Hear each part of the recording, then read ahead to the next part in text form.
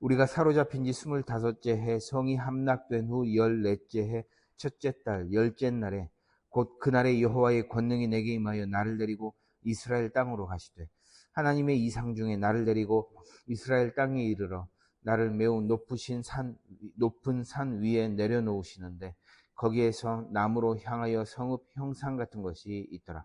나를 데리시고 거기에 이르시니 모양이 놋같이 빛난 사람 하나가 손에 3줄과 측량하는 장대를 가지고 문에 서 있더니 그 사람이 내게 이르되 인자야 내가 내게 보이는 그것을 눈으로 보고 귀로 들으며 내 마음으로 생각할지어다.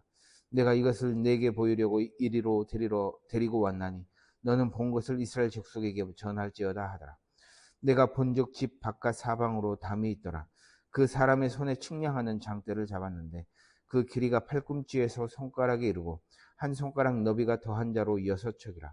그 담을 측량하니 두께가 한 장되어 높이도 한 장되며 그가 동쪽을 향한 문에 이르러 층계에 올라 그 문의 통로를 측량하니 길이가 한 장되어 그 문 안쪽 통로의 길이도 한 장되며 그 문간에 문지기 방들이 있는데 각기 길이가 한 장되어 너비가 한 장되어 각 방 사이 벽이 5척이며 안쪽 문 통로의 길이가 한 장되어 그 앞에 현관이 있고 그 앞에 안 문이 있으며 그가 또 안 문의 현관을 측량하니 한 장되며 안 문의 현관을 또 측량하니 8척이요 그 문 벽은 2척이라.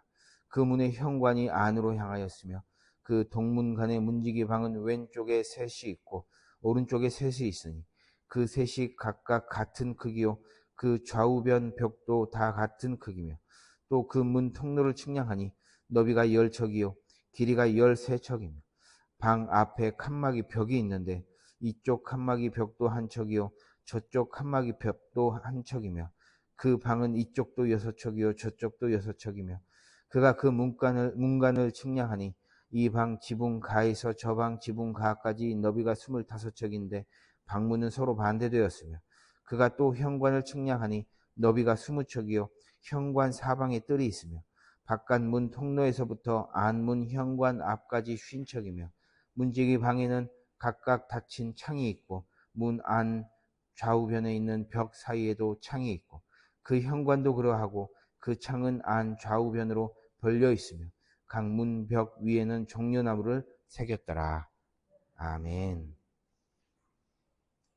우리는 지난 시간까지 해서 악의 세력, 곧 사탄의 세력을 멸망시키시고 이스라엘 백성들을 회복시키시려는 하나님의 그런 굳은 의지를 우리가 함께 살폈습니다. 이제 하나님께서는 오늘 본문에서부터 성전을 보여주시면서 이제 본격적으로 당신의 백성들을 향한 회복, 완전하고도 온전한 회복을 준비시키십니다. 자, 먼저 1절입니다. 우리 함께 읽습니다. 시작. 우리가 사로잡힌 지 25째 해 성이 함락된 후 14째 해 첫째 달 10째 날에 곧 그 날에 여호와의 권능이 내게 임하여 나를 데리고 에스겔은요 2차 포로로 바벨론에 끌려가 있는 그런 상태예요. 지금 이 예언을 하고 있는 이 상태는 그렇습니다. 그러니까 말하자면 지금 에스겔은요 예루살렘에 있지 않다는 거예요. 어디가 있어요? 바벨론에 있는 거예요. 그런데 하나님께서 포로가 되어 바벨론에 있는 에스겔을 환상 가운데서 이스라엘 땅으로 데려가시는 거예요. 그리고 높은 산 위에 세우시죠. 그리고 그곳에서 뭘 바라보게 하십니까? 성전을 바라보게 하시는 거예요. 그런데 이러한 환상의 내용은 당시 이스라엘 백성들에게는 굉장히 놀라운 광경으로 다가왔을 거라는 거예요. 그러니까 에스겔에 이렇게 들려주는 그 환상에 대한 예언, 그 다음에 성전을 하나하나 보여주신 그런 광경들은 이스라엘 백성들에게는 굉장히 놀라웠을 거라는 거예요. 왜냐하면 그들은 그들 눈으로 직접 예루살렘이 무너지는 걸 봤잖아요. 또 불타는 것을 봤잖아요. 그래서 바벨론에 의해 성전뿐만 아니라 예루살렘 성전이 철저히 짓밟혀버린 것을 그들 눈으로 직접 이렇게 목격을 했기 때문에 다시 새로운 환상을 하나님께서 에스겔의 입을 통해 들려주신다라는 것은 이스라엘 백성들에게 굉장히 놀라운 하나의 광경이요, 놀라운 은혜였을 거라는 겁니다. 그렇습니다. 지금 하나님께서는 모든 것을 잃어버린 이들에게 다시는 되찾을 수 없을 것만 같은 것을 다시 보여주고 계신다는 것이, 그리고 그 중심에 하나님의 성전이 있다는 겁니다. 앞서 읽었다시피 에스겔이 이 환상을 본 때는 예루살렘이 멸망한 지 14년이 지난 때였다는 거예요. 그러니까 이게 14년이 지났다는 것은요, 모든 것을 잃고 좌절이나 절망마저도 이미 이제 오래전 일이 되었을 그들이라는 겁니다. 그건 이미 오래전 일이니까 바벨론에서의 삶이나 잘 살아보자라는 어떤 그런 체념의 삶을 살아가고 있었을 때였을 수도 있을 수 있다는 겁니다.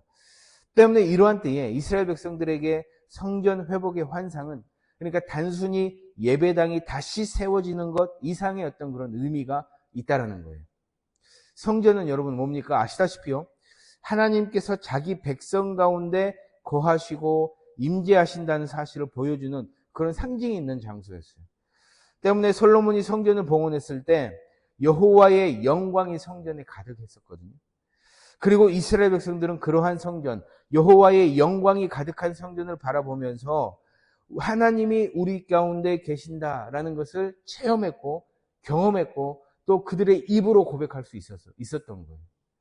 때문에 여러분, 역으로 이러한 일들을 경험한 이스라엘 백성들에게 있어서 이 성전의 파괴는 단순한 건물의 파괴를 넘어서는 의미를 지니게 됩니다. 그들에게는 신앙의 세계가 완전히 무너지는 일대의 사건인 거예요. 그들은 성전이 무너지고 불타는 광경을 목격하면서 우리는 정말 하나님의 백성이 맞는가? 하나님께서 아직도 우리와 함께 하시는가? 하나님께서 우리를 버리신 것은 아닌가라는 생각을 할 수밖에 없다는 거예요. 때문에 그렇게 성전이 무너지는 것을 보고서 바벨론의 포로로 끌려온 이스라엘 백성들이 가장 고통스러웠던 것은 뭐냐 하면요, 낯선 땅에서 살아야 한다는 사실뿐만 아니라 하나님과의 관계가 끝난 것처럼 느껴지는 것에서 오는 어떤 그런 좌절감이고 절망감이었어요. 그런 것들을 견디기가 힘들었다라는 거예요. 그런 그들에게 이제 하나님께서 뭘 보여주신다? 성전을 보여주신다는 거예요. 그것도 무너진 옛 성전이 아니라 새로운 성전을 보여주고 계신다는 겁니다. 그렇습니다, 여러분. 사람은 끝이라고 생각하고 마지막이라고 생각을 하지만 하나님께서는요, 그 끝의 자리에서, 그 마지막의 자리에서 새로운 또 다른 시작을 보여주신다는 겁니다. 이스라엘 백성들은 폐허를 보고 있지만 우리 하나님은요, 회복을 보고 계신다는 거예요.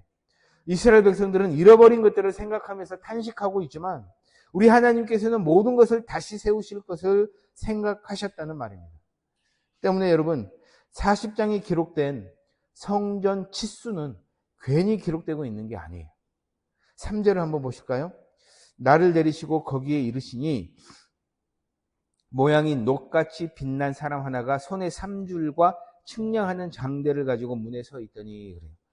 3줄은 측량하는 도구를 얘기합니다. 측량하는 도구를 얘기를 해요.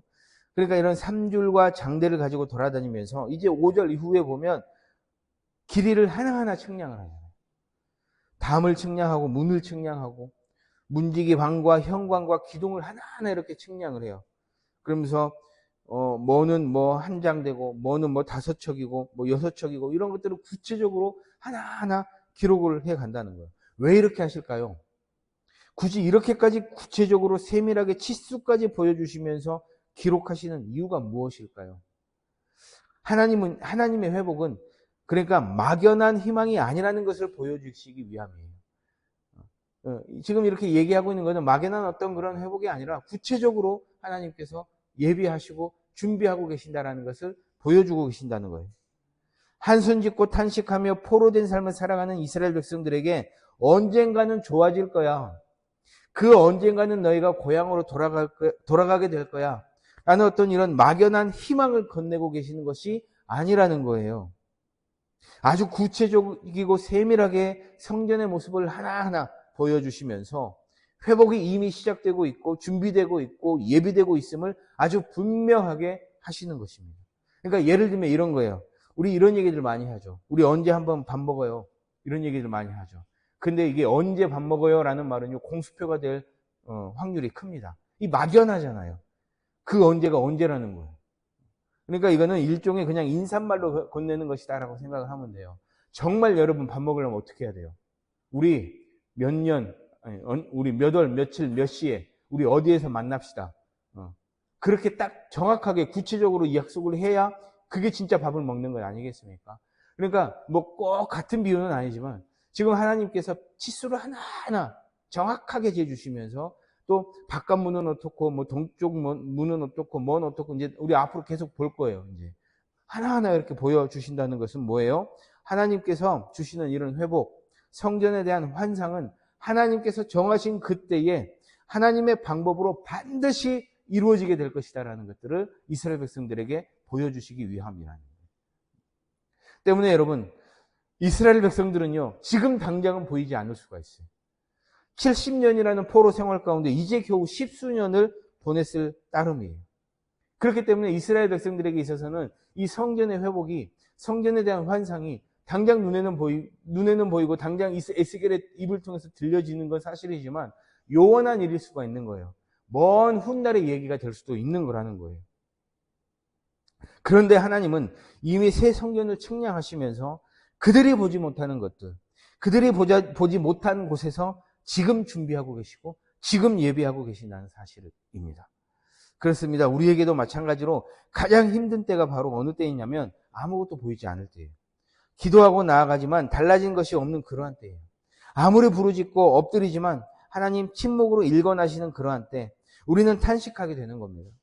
그러나 오늘 말씀은 그러한 현실 앞에 막막해하며 주저앉아 있는 우리에게 도리어 묻고 있는 거예요. 내 눈에 보이지 않는다고 해서 하나님께서 아무 일도 하지 않고 계신다고 생각하는가? 라고 묻고 계신다는 거예요. 그렇지 않죠. 그렇지 않음을 오늘 본문은 말씀해 주고 계시는 거예요. 바벨론에 있는 에스겔을 이스라엘 땅으로 데리고 가시고 높은 산에 올라가 새로운 성전을 보게 하시고 하나하나 측량하게 하신 하나님께서는 이미 새 성전을 측량하고 계셨음을 기억하시기 바랍니다. 자, 우리가 한 가지 더 살펴볼 것이 있는데요. 에스겔이 성전 환상을 본 날짜입니다. 에스겔은 그 날의 날짜를 분명하게 기록을 하고 있는데 다시 1절을 보실까요? 자, 1절 상반절입니다. 함께 읽겠습니다. 시작. 우리가 서로 잡힌 지 25째 해 성이 함락된 후 14째 해 첫째 달 10째 날에 그랬어요. 네, 여기까지만 읽겠습니다. 자, 이스라엘이 완전히 멸망한 지 14년째 되는 날 1월 10일이라고 기록을 하고 있어요. 이게 이제 학자들마다 여러 가지 생각들이 있습니다. 이게 유대력이냐, 아니면 민간력이냐, 그러니까 우리가 지금 쓰고 있는 이런 달력, 이거냐를 놓고 학자들마다 의견이 분분합니다. 분분해요. 그런데 만약에 이게 유대력이라고 한다면, 민간력이 아니라 유대력이라고 한다면, 유대력으로 1월 10일이면 이게 조금 의미가 있어요. 지금 뭐가 다가오느냐면 1월 14일이 유대력으로 1월 14일이 뭐예요? 6월절이거든요.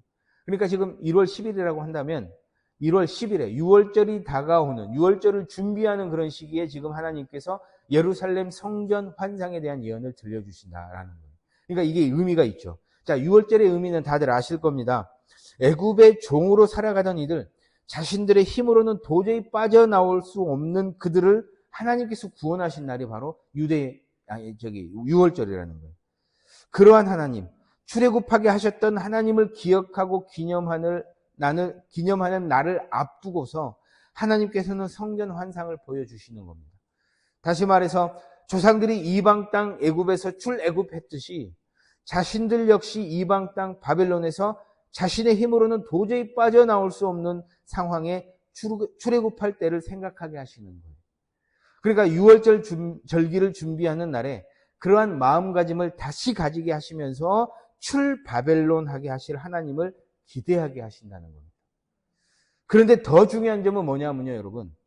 그들을 출애굽시키시고 출바벨론 시키시는데 있지 않아요. 물론 그것도 중요하지만 더 중요한 건 어디로부터의 구원이 아니라 무엇을 위한 구원이었냐는 거예요. 무엇을 위한 구원이었냐는 거예요.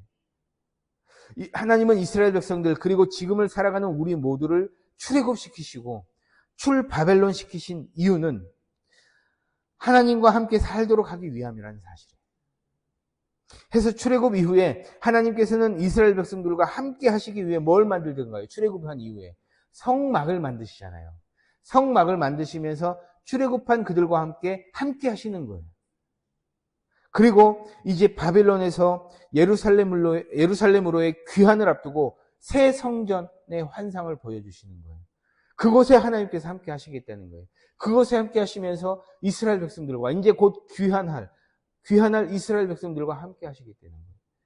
그리고 이제 예수 그리스도로 말미암아 구원받은 우리 성도들을 하나님께서 임재하시는 어디로 인도하시던가요? 교회로 인도하시죠. 이 교회에 하나님께서 임재하시기 때문에 그렇게 세상으로부터 불러낸 우리들과 함께 하시기 위해서 이 교회로 우리를 불러내신다는 겁니다.